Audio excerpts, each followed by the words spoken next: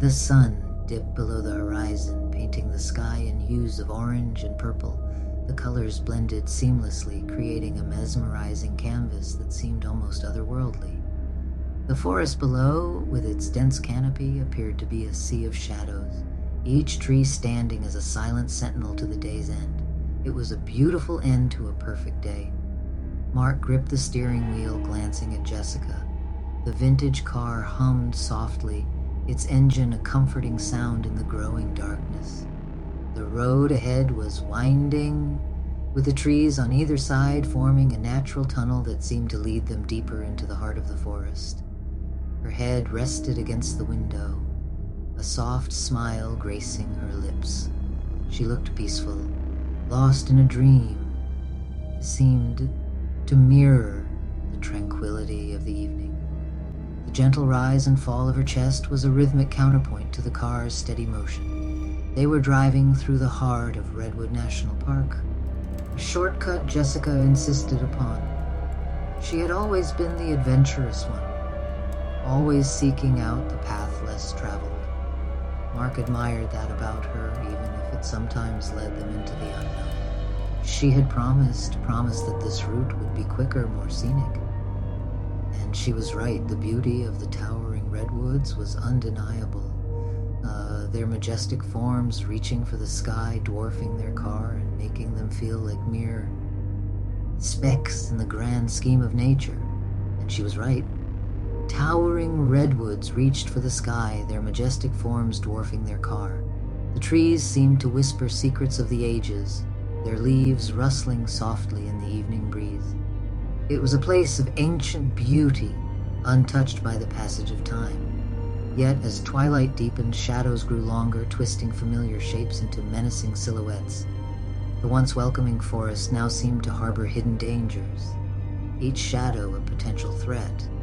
The air grew cooler, and the sounds of the forest became more pronounced, each rustle and creak amplified in the stillness.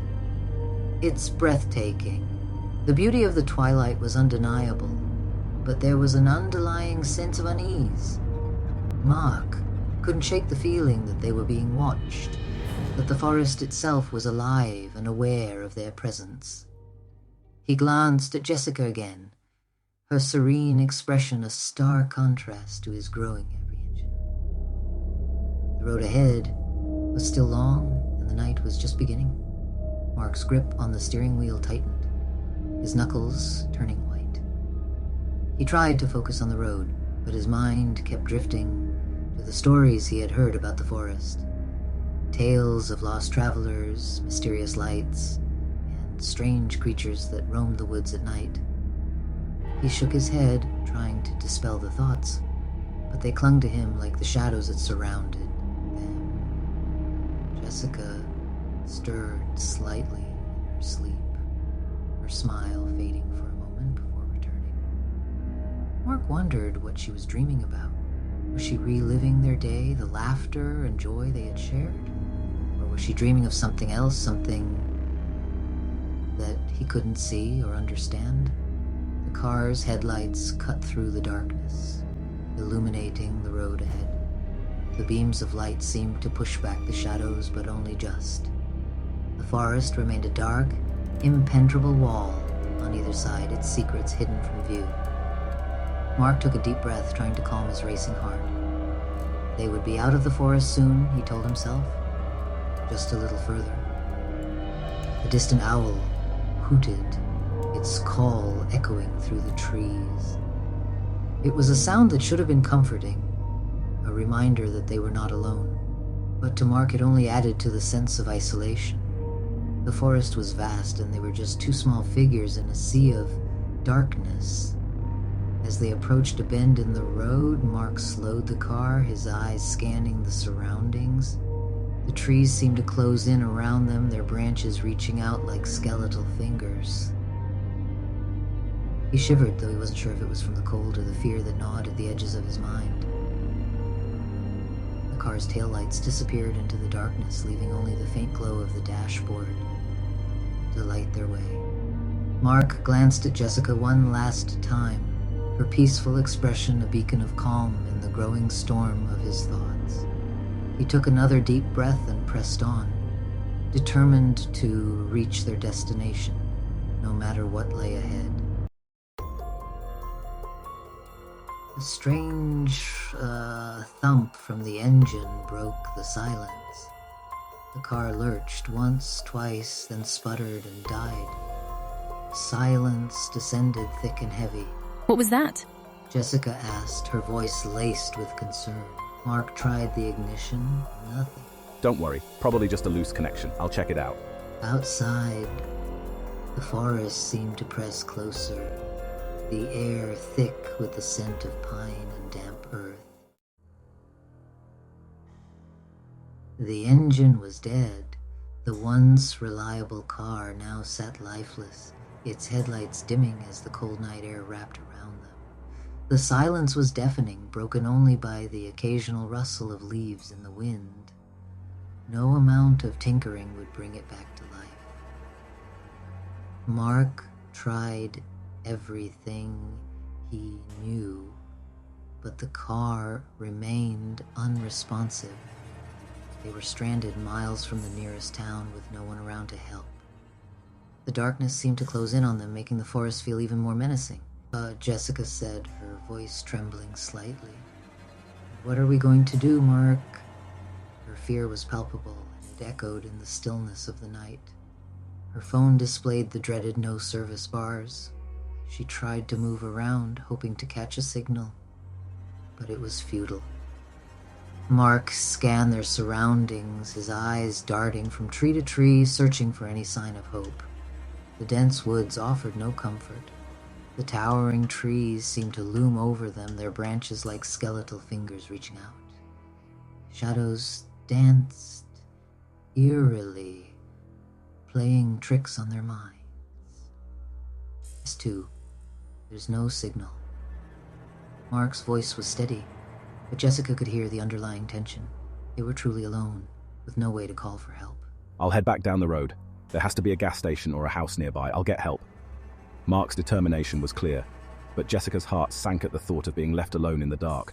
Jessica's grip tightened on his arm. "Please, don't leave me," she pleaded, her voice barely above a whisper. The thought of being alone in the eerie forest was too much to bear. She whispered, her eyes wide with fear. "What if something happens to you?" The fear in her eyes mirrored the dread in her heart. He kissed her forehead, promising a swift return. "I'll be back before you know it," he assured her, though his own heart was heavy with worry. S2, please be careful. Jessica's voice was filled with a mix of hope and fear. She watched as Mark disappeared into the darkness, the sound of his footsteps fading away. The night seemed to grow colder and the forest more sinister as she waited, alone, praying for his safe return. Each step away from Jessica sent a fresh wave of unease through Mark. The silence of the forest was absolute, broken only by the sound of his own footsteps. He imagined unseen eyes watching him. The rustle of leaves, the sound of something moving just beyond his sight. The air grew colder, sending a shiver down his spine. He quickened his pace, his senses on high alert. A flicker of movement at the edge of the woods caught his eye. He stopped, his heart pounding in his chest. Was it a deer, or something far more sinister? The shadows played tricks on his eyes, twisting branches into grotesque shapes. He thought he saw the outline of a figure tall and imposing, but it vanished as quickly as it had appeared. Just when his hope began to dwindle, he saw it. A beacon in the darkness. A solitary phone booth stood on the side of the road, its dim light a lifeline. Relief washed over him, momentarily chasing away the fear. He rushed towards it, his hand already reaching for the receiver. Empty. Despair threatened to consume him. He had to get back to Jessica. He had to get her out of there. Turning, he ran. His fear, now a tangible thing, urging him forward. The forest seemed to close in around him, the darkness growing thicker, the silence more profound. He burst into the clearing, his breath catching in his throat. Jessica. The car door hung open, Jessica's belongings scattered on the ground. Jessica. He screamed, his voice raw with terror. And then he saw her. She lay slumped against the car, her eyes staring blankly at the sky. Her clothes were torn, her skin deathly pale. A crimson stain bloomed on her chest, a stark contrast to the white of her shirt. Section 9. The Hunter's Eyes. In the heart of the forest, where the trees stood like ancient sentinels, a pair of eyes glowed with an eerie light. These were the eyes of the hunter, a figure shrouded in mystery and fear. The forest was alive with the sounds of the night, each rustle and whisper adding to the sense of dread that hung in the air. The moon cast long, twisted shadows that seemed to dance with malevolent intent. The wind howled through the trees, carrying with it the faintest hint of a whisper, a voice that seemed to call out from the depths of the forest. It was a voice that sent shivers down the spine of anyone who heard it. A twig snapped behind him, breaking the silence like a gunshot. Mark's heart pounded in his chest, each beat echoing in his ears like a drum. He spun around, his eyes wide with fear, searching the darkness for the source of the sound. He spun around, his heart threatening to burst from his chest. The forest seemed to close in around him, the trees pressing in like a living, breathing entity. He could feel the weight of the darkness, a tangible force that seemed to sap his strength. A figure emerged from the trees, moving with an unnatural grace. It was as if the shadows themselves had come to life, taking on a form that was both human and otherworldly. The figure moved silently, its steps making no sound on the forest floor. He was tall and powerfully built, his face hidden in the shadows of a wide-brimmed hat. The hat cast a deep shadow over his features, obscuring his eyes and giving him an air of menace. In his hand he held an axe, its blade glinting ominously in the moonlight. Mark's blood ran cold. He could feel the icy fingers of fear wrapping around his heart, squeezing it with relentless pressure.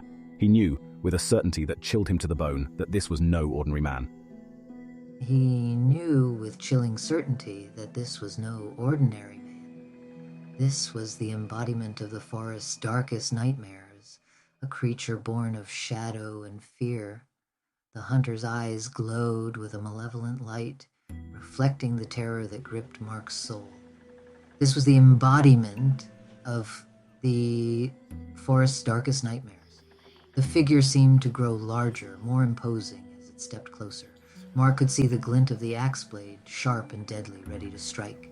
He knew he had to run, but his legs felt like lead, rooted to the spot by an invisible force.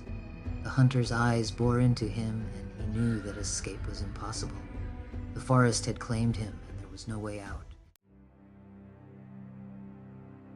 Section 10, Desperate Flight.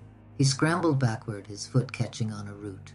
He fell, scrambling to his feet. Adrenaline surged through him as he turned and ran.